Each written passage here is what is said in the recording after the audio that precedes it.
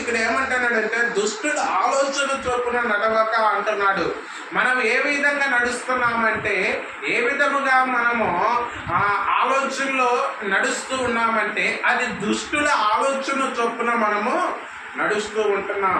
అలాగనే మనం చూస్తున్నట్లయితే పాపుల మార్గమున నిలవక అంటున్నాడు దేవుడు. దేవునికి స్తోత్రం, హల్లెలూయా.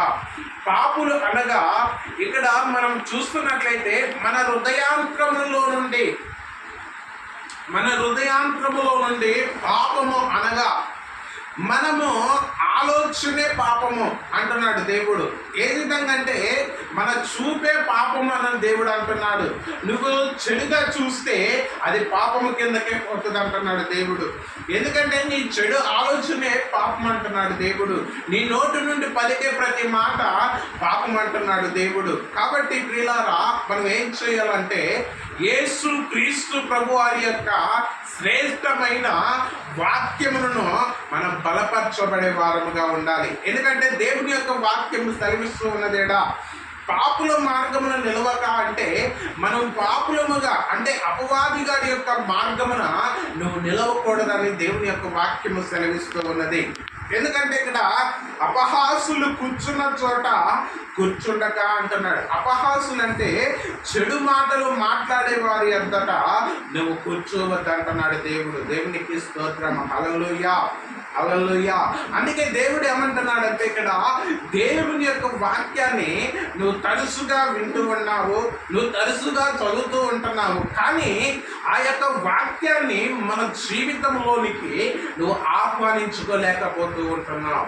ఏం చేయలేకపోతున్నావంటే దేవుని యొక్క మాటను నీ హృదయంలోనికి తీసుకులేకపోతూ ఉంటున్నావు. ఎందుకనగా నువ్వు అపవాదిగాడి యొక్క కూర్చున్న చోట కూర్చుంటున్నావు కాబట్టి, అపవాదిగాడితో నువ్వు సహవాసం చేస్తున్నావు కాబట్టి దేవుని యొక్క వాక్యాన్ని నీ హృదయంలోనికి తీసుకోలేకపోతూ ఉంటున్నావు. దేవుని యొక్క మాటను నువ్వు జాగ్రత్తగా వినలేకపోతూ ఉంటున్నావు. దేవుని యొక్క మాటను నువ్వు తరచుగా ఆయన వాక్యాన్ని నువ్వు నమ్మలేకపోతూ ఉంటున్నావు. దేవునికి స్తోత్రం, హల్లెలూయా.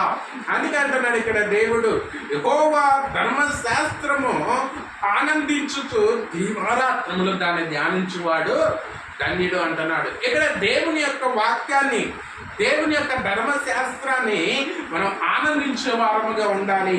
అలాగనే దీవారాత్రములు అంటే 24 hours 24 గంటలు నువ్వు దేవుని యొక్క వాక్యాన్ని ధ్యానిస్తూ ఉన్నప్పుడు నువ్వు ధన్యుడిగా మారుతూ ఉంటావు అంటున్నాడు దేవుడు. దేవునికి స్తోత్రం, హల్లెలూయా.